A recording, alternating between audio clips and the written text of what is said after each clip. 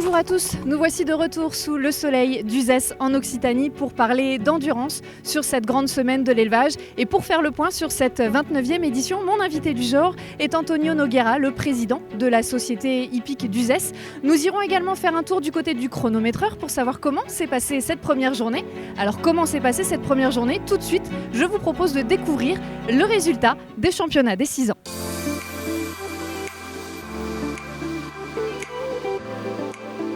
Le champion de France l'éperon des 6 ans avait déjà brillé à 4 et 5 ans. Il s'agit de Figaro d'Armani.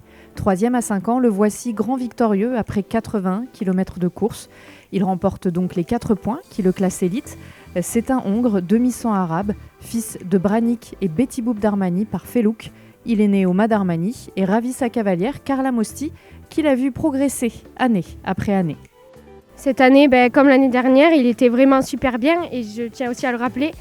À la finale des 4 ans, il a fini 4e, donc ça fait 3 ans qu'il finit dans les 5 premiers. Donc c'est un cheval assez exceptionnel quand même. Tu prévois un bel avenir pour lui? Oui, on va essayer. Après, malheureusement, il y a toujours le commerce. Bon, malheureusement, c'est comme ça. Hein. Si il est vendu, mais c'est vrai que j'aimerais beaucoup voir ce cheval sur des 160 ou des 3 étoiles.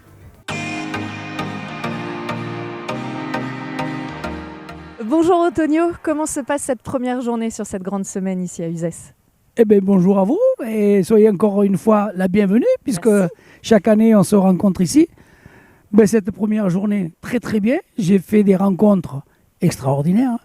J'ai rencontré notre nouvelle directrice, Émilie. J'ai rencontré notre nouveau président, qui soit la bienvenue. J'espère qu'on va travailler longtemps ensemble. Et voilà. Alors justement, on va en parler de cette collaboration qui débute. Vous avez peut-être eu l'occasion déjà d'échanger avec le président Michel Guillot qui succède donc à Yves Chauvin. Est-ce que il y a des dossiers? Qu'est-ce que vous attendez de lui particulièrement? Ce que j'attends de lui, qu'il continue à nous faire confiance, comme ses prédécesseurs l'ont fait. Je crois que je dois être en 29 ans à notre 5e président de la SHF, puisque quand j'ai pris la présidence de la société hippique d'Uzès, je pense qu'il y avait le général Méhu comme président, donc ça remonte loin. Donc j'en ai connu quelques-uns, comme des directeurs des haras sur le haras d'Uzès. Mais nous, en tant que bénévoles, on est là, on est présents. Et ce que j'attends de Michel, c'est qu'il continue à nous faire confiance, parce que je pense que j'arrive à mobiliser des bénévoles pour des événements comme ça. J'arrive à mobiliser des politiques pour qu'ils continuent à nous soutenir financièrement, parce qu'il ne faut pas oublier que la communauté de communes et la ville d'Uzès sont très importants pour des événements comme celui-là. Et donc, j'espère qu'il va continuer à nous faire confiance. Alors pour réussir à mobiliser tout ce monde-là, vous avez vous aussi peut-être besoin d'aide, au-delà de sa confiance. Est-ce que vous aimeriez justement faire évoluer la situation de la société hippique d'Uzès et pourquoi pas ici sur cette grande semaine aussi voir les choses un petit peu s'agrandir ou évoluer en tout cas? Alors nous, on est Société hippique d'Uzès, on est une association loi de 1901. Notre but, c'est pas de gagner de l'argent ou de s'agrandir, c'est qu'au sein du haras d'Uzès, on puisse continuer à organiser des manifestations équestres. On organise de l'attelage, du saut d'obstacles, de l'endurance internationale, comme on fait les printemps de l'endurance au mois d'avril.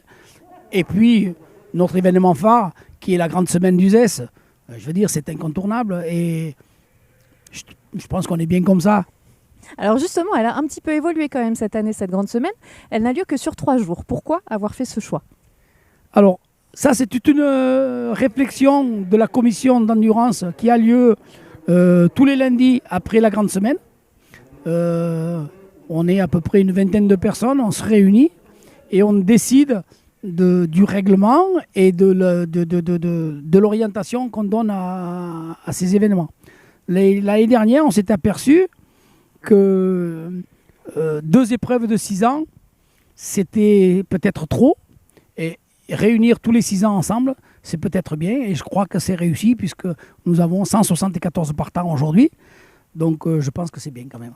Donc la décision est bonne. C'est pas plus compliqué de réunir tous les 6 ans sur une seule journée? Comment vous vous êtes adapté au niveau de l'organisation? Alors non, c'est pas plus compliqué, au contraire, c'est plus facile parce que je mobilise moins de personnel, moins de bénévoles puisqu'on a un jour de moins et pour nous c'est beaucoup plus facile. Alors est-ce qu'on peut parler aussi de l'évolution de l'affluence? Est-ce qu'il y a plus d'inscrits ou pas cette année? Comment vous voyez aussi les choses à ce niveau-là? Alors, les inscrits, ça dépend aussi des qualifications qu'ils ont fait en amont. Ça dépend des naissances qui sont faites aussi en amont les années précédentes. Aussi, on sort d'une période un peu compliquée puisqu'il y a eu le Covid pendant 2 ans. Nous, l'année dernière, on avait 530 partants. On en a 574 cette année. Donc, on est une petite augmentation. Mais c'est bien, moi, je trouve qu'on est dans le bon sens. Ça prouve que l'élevage marche bien et que le succès aussi de cette grande semaine retentit un petit peu partout. Est-ce que ça retentit toujours aussi autant à l'international? Est-ce qu'on voit toujours autant d'étrangers venir ici un petit peu regarder ce qui se passe sur cette grande semaine autour des jeunes chevaux? Alors oui. Pourquoi? Parce que c'est un événement unique au monde. C'est le seul endroit où on puisse rassembler 574 jeunes chevaux, 4 ans, 5 ans, 6 ans. Ça n'existe nulle part ailleurs.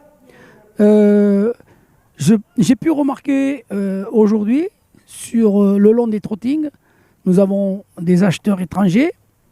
J'ai pu rencontrer et discuter avec 3 cavaliers internationaux espagnols qui sont là, évidemment, pour faire leur marché, pour acheter des chevaux, des futurs champions de demain. Alors ces chevaux peuvent partir en Espagne pour continuer leur formation, mais c'est vrai que souvent le pays de destination finale se situe plutôt dans les pays du Golfe.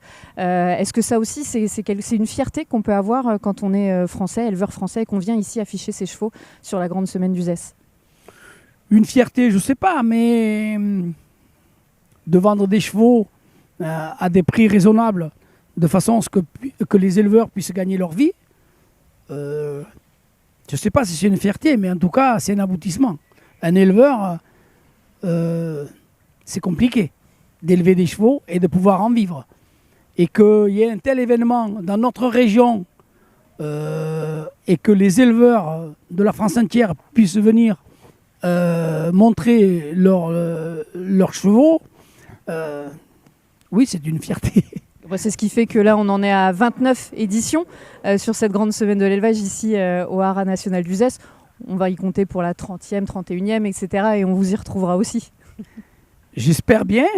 Et j'espère que l'année prochaine, ça sera la 30e et qu'on va vous réserver une grande semaine avec plein de nouveaux trucs parce que on a des idées chez nous. Bon, alors on a hâte de découvrir ça en 2022. On va déjà vous souhaiter une bonne 29e édition ici sur cette année 2021. Merci beaucoup, Antonio, d'avoir été avec nous. Merci à vous et merci à la SHF qui nous fait toujours confiance. Merci beaucoup.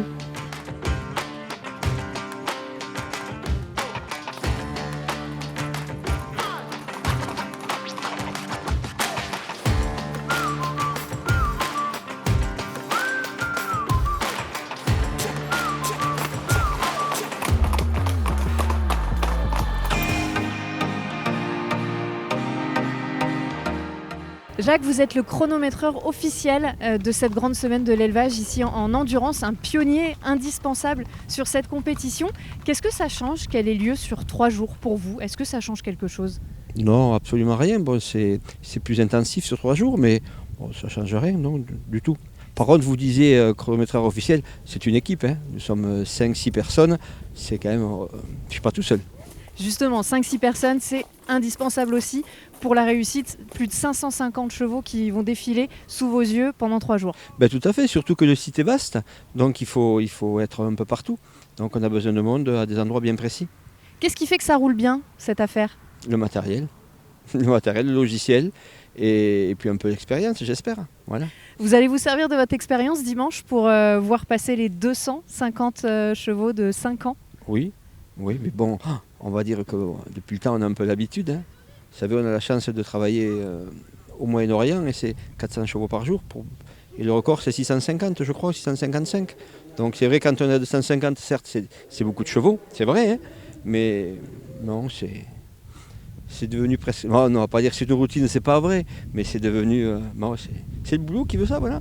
C'est un plaisir pour vous d'être présent sur cette grande semaine? Ah mais complètement. Venir Pourquoi à l'UZES, c'est un plaisir parce que le site est beau, parce qu'il y a des beaux chevaux et que c'est ça. Non, c'est une belle course, hein. C'est une très très belle épreuve, ça c'est clair. Hein. Donc c'est un vrai partenariat entre ATRM et la SHU et la SHF pour cette compète. Puis-je vous dire vrai, pour nous, de notre côté, bien évidemment, ouais, c'est un plaisir de venir ici.